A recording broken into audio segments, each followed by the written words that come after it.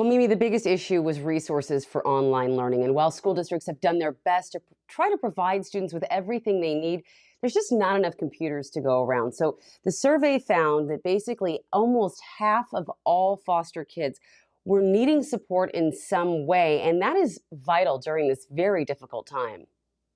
But, when you think about our kids who have had so much trauma and so much uncertainty already in Mhm. their lives, and then you add this on top of it, it's unbelievable.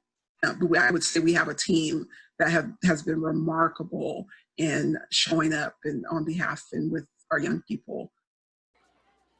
Angela Griffin is the Chief Programming Officer for Treehouse, which is a 30-year-old organization founded by social workers supporting foster kids alongside state agencies. So their study surveyed about 1,300 foster kids in Washington state and found that nearly half, 49%, had an immediate need for resources during the pandemic, like access to distance learning, computers, where the number one request, that was the number one request that was followed by food and access to other technology like cell phones. They also discovered that there are some challenges in getting some older kids to stay on track outside of school. They've come up with an incentive program for high schoolers to finish their work and stay on the path towards graduation.